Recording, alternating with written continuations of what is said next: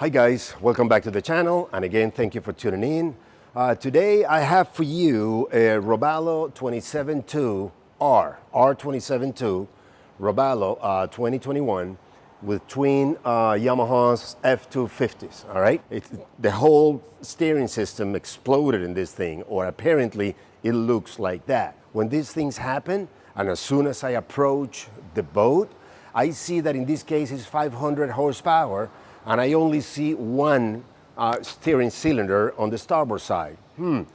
Every time I see these big horsepowers with one cylinder, I notice that the steering fluids leaks are more common. Let's call it like that. Anyway, I'm gonna do this job today, and I thought to bring you along. So let's do it. Okay, so you turn the steering, you see that nothing turns, right? So we should have some motion in the back, and look at that, okay, nothing. Okay, so we go to the back first, where we suspect that obviously twin 250s, 500 horsepower with only one steering cylinder. So we go to the back. Sorry about the movement, but this is necessary. Put your hand in one of the ends, under the caps, okay? And there you can see, you got the first leak right there, right? So we know we have to replace the end caps and seals on the steering cylinder, plus you see all the fluid in the well in front of the motors. Now, as I was walking in the boat, my first step in the boat, I noticed that I see this shiny stain. I don't know if you see it. See how long that is? And I go, okay, maybe water, but no, that's definitely no water, okay? So I kept following it. I'm following it. It goes all the way around the leaning post. From the leaning post, it goes all the way to the bottom of the, look at this, right here, and all the way in the bottom of the center console, okay? This is a huge, major leak. Now, what happened with this? Obviously, we know that if the fluid leak is in the steering cylinder, there is no way that that fluid got to the, inside the boat on deck. So we definitely have to check the front of the, let's bring it in, let's bring it up. Hold on, I'm gonna bring it up a little bit. Okay, so we're gonna check the seal, the front seal of the steering helm, and look at that, nothing, and right in the bottom, right here, where it should be dripping down, it's completely dry. That tells us that the leak is inside the console and is seeping through the seals of the center console. So because this is a Robalo, it's a little pain I mean, they're well made, but it's a little pain in the butt. Because anytime you want to access your gauges, your switches, the back panels, anything at all, you have to remove this huge bulkhead and the top one, okay? In this case, because it's the steering, I might be able to do it by just removing the top one, okay? Let's get the drill, let's get to work. Right here, the helm, right? So, right now, at first sight, we see the helm right here. And instead of two hoses, which is port, it's gonna be marked red, and starboard is gonna be marked green, obviously, right? But then we see in the center, right, a return line. That's usually either for the autopilot or for the, in this case, I'm 100% sure with twin motors and only one cylinder, is gonna be a lot of force on the steering wheel, so they install a power assist pump, Seastar power assist pump, okay? But we're not gonna worry about that now. Let's just see if we see the leak. Right here in the first fitting. All right, I found one leak on the port fitting. Let's check the center return line. Also, center return line, there is a leak. And let's go to the starboard. And there is a leak on the starboard also. Wow. So we know that it's either that, wow, some seal in the back of the helm is bad and it's just getting everything wet, or these three fittings are just not tight enough. So let's do the troubleshooting and I come back to you. Okay, so found the leak. I check that, check the other one return line, and check the port side. And I also checked the hoses, okay? No, everything is crazy, crazy tight, all right? So I put my hand under. Obviously, I see the leak here, and then you keep doubting yourself. But then if you put your hand, let me see if I can show you back here. If you put your hand down more, and you go to where the helm, all the way to the round of the helm in the bottom, all the way to the bottom of the helm, right? There is a big O-ring there. It's not an O-ring, it's like a gasket kind of seal. And that's where we got our leak, right there, okay? So let me show you what part of the helm that leak is and how it looks like. Okay, so let me show you what the leak is. Let me give you a note here. This is not the helm that I was working in the boat. This is just one of the helms that I have in my parts. Okay, so nothing down here, but then you keep going and you go down all the way in the round area. Remember, this is tilted like that. So all the fluid, where it's gonna end up? Because for gravity, all the fluid's gonna go to the bottom. And I went to the round part right here. All this part right here is wet, completely wet. So that, what tells us is the helm is leaking on this seal right here. All right, so after all troubleshooting and diagnosis, we're gonna go ahead and replace the complete helm assembly, all right? The first thing to do, obviously, is to remove the wheel. And then after removing the wheel, we go to the back, remove the hoses. And then after the hoses are removed, then we remove the helm in that order, all right?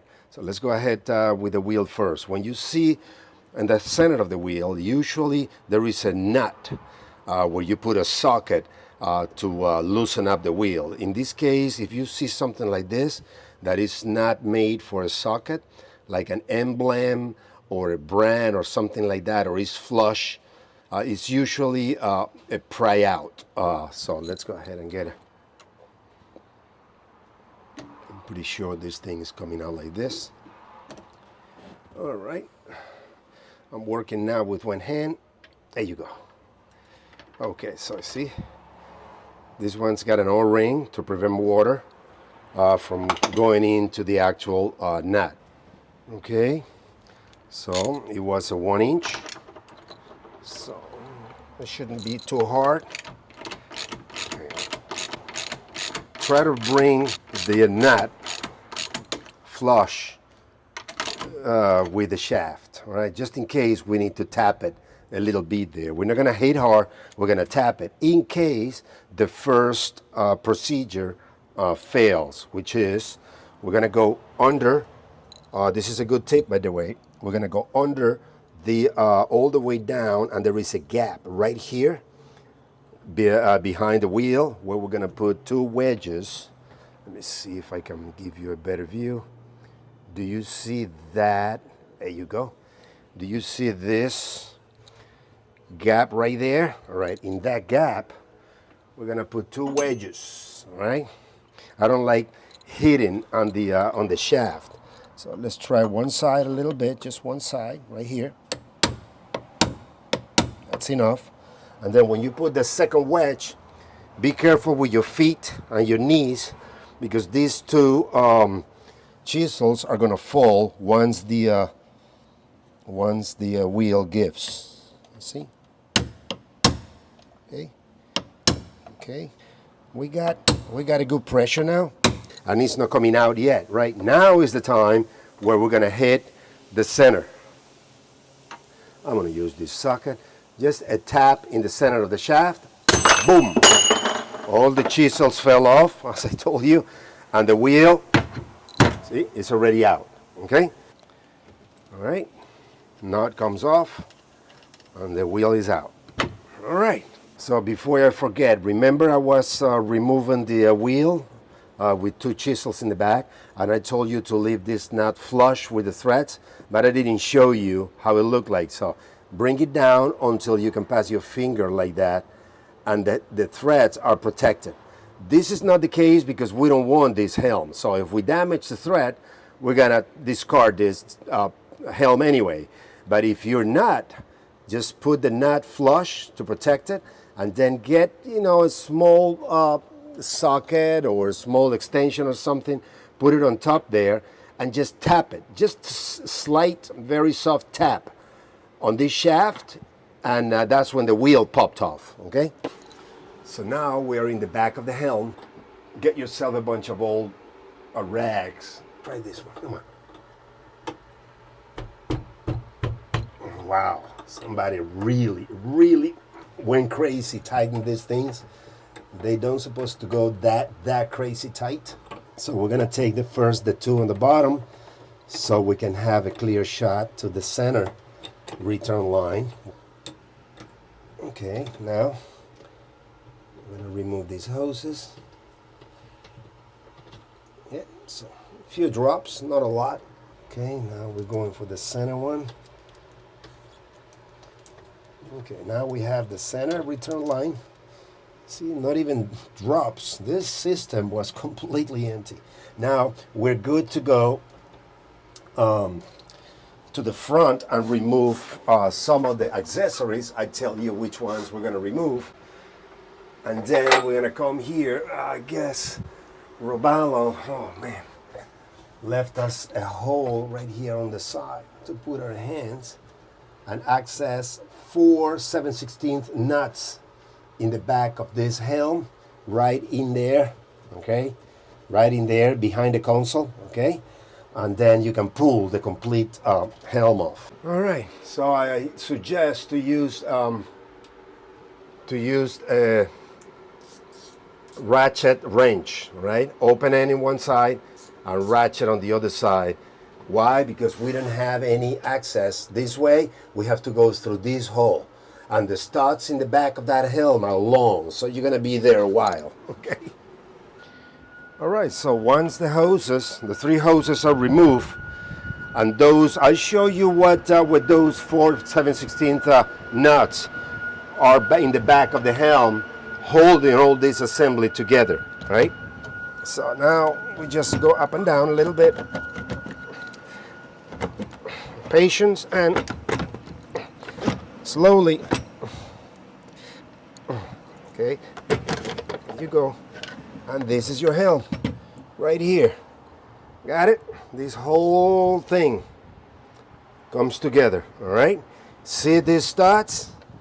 All right, those are the studs, 1, 2, 3, and 4. Those are the studs that were in the back that were very hard to access in this Robalo, because Robalos are tough. Inside the console, everything is covered back there, but usually most of the boats are very easy to remove. So let's go ahead and assemble the new helm and bring it already assembled to shove it in here, all right? Okay, so we have the new one. All these accessories and all these bezels, I have it in the box, which we will install later. We'll go through that. But this is the actual valve. This back here is the valve. And this right here, all this assembly is the tilt for the wheel, okay? All right, so obviously, as you can tell, the first good advice I can give you, whenever you're ready to have your old helm and your new one, and you're gonna install your 3 fittings here, please pay very close attention to install these fittings in the same angle, okay? In this case, we have nothing to worry about because we know it's a straight up, the 3 of them. But in some installations where the hoses come to the side and the other hose come through the other side, this has got to go 45 degrees this way, the other one 45 degrees. You know, I mean, they have a very specific angle. Keep that angle when you transfer these fittings to the new one, because it's going to help you a lot at the time when you come with your hoses and try to screw the terminals in these threads, okay? All right, let's go ahead and remove these 3 caps that the new ones bring. In this case, we're going to remove the 3 of them. Usually when you don't have power assist, you only remove power and starboard. I'm sorry. Port and starboard. but we have power steering, so we're gonna remove the return right here, okay? All right, in the box, you'll receive the new helm with all the bezel and all the plastics on top, and a bag with all the accessories. You have the 4 nuts that go in the back, remember, in this in these studs, right? And then you have only two fittings, right? Which I already ordered one. I hope it's here. If not, I clean this one out and use the center one to go in here. But I'll check in parts to see if I already got it. So anyway, the way this it goes is you go to the rear nut back here, right? I imagine that this thing is not going to budge the way these people. Yeah, of course. Oh yeah, it does. So you loosen only this nut right here, and now you have a free, okay? And then you get to the angle that you want, let's say here, and then once you are up straight, you tighten your nut wherever you want this angle. That's why they came up with this system, because with this system, you don't have to wait until the end of the thread to leave it somewhere. It might be too tight or too loose. You can put it wherever you want, and they counter tight with this nut in the back. It's a pretty good system. So we're gonna go ahead and take these new ones and install them here at the same angle, which is straight up. All right, so we got our helm already assembled. All the 3 new fittings are shooting up the way the other ones were, so we know we have the right angle. This is the tilt assembly. We'll take care of that after. So shove it in. And then in the bag of that came in the box, you have the 4 studs, right? The 4 studs have a square underhead right there that fits in that square hole right here. Maybe I should be putting a little bit of focus here, about that, okay? So these holes are square in the middle, so whenever you are turning the nut inside, the bolts don't turn on you, so you don't need 2 people like to do this because of that square part of the bolt. So now, okay, we're gonna make sure that that square part aligns and it's in there. So there you go. There you go. Now that's in there. All right. Okay. And then the belt goes first, right? But before you put that one, remember that it comes with this, right? Also in the box. This is what actually rotates with the helm. So if you put this one, it's going to be very hard for you to put it after, because this won't fit on top. You have to put it through the inside, okay, just like that, and just push it, all right, like that. Now this whole assembly is the one that is going to go up and down with the wheel, all right?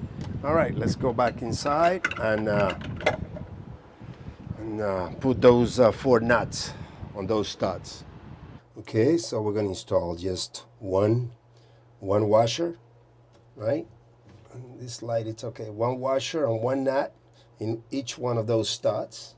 And then these 3 hoses, remember the green, a starboard, a red port, and the center for the power assist. Don't tighten too much. Just snug a little bit and you're good to go. All right, the 4 studs are already tight. Everything is in order. Now, when you're going to put the terminals from the hoses, just remember, this advice is only when you're using 3 terminals, all right? When you're using 2, it doesn't matter the order.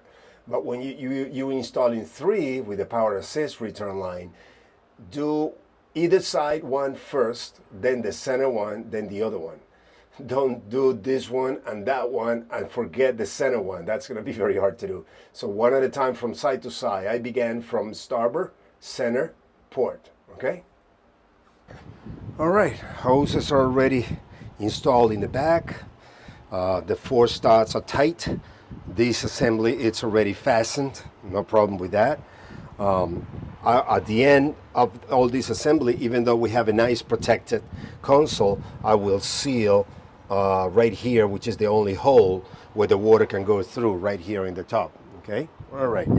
But around here, don't worry about it, because this it's got its own seal. Okay, this bell has its own seal around. Okay, so remember, put this cup inside first, and then this is another thing. This goes here, which is what covers the actual button to move. You see, to move the wheel, right? So and the screws that you're gonna put here, here, and here are gonna screw in the head of the studs. You see that each one of the studs has got a hole. That hole is threaded, right? So when you put this on, you put 4 bolts here, very small, tiny, bitty screws, and they screw on top of the heads. But this has got to slide. Let me get on my knees here. This has got to slide. You're gonna put it here first. It's got its own shape, you see? It's got its own shape. It goes into this groove. This has a groove inside. This rubber goes inside that groove, okay? Like that, all right? On this bag, you're gonna have 7 little screws total, all right? They're Allen screws, very tiny little bitty Allen screws, okay? So 4 of those screws hold the bottom bell, 1, 2, 3, and 4. And the other 3 hold this cup to the assembly of the tilt, 1, 2, and 3, all right?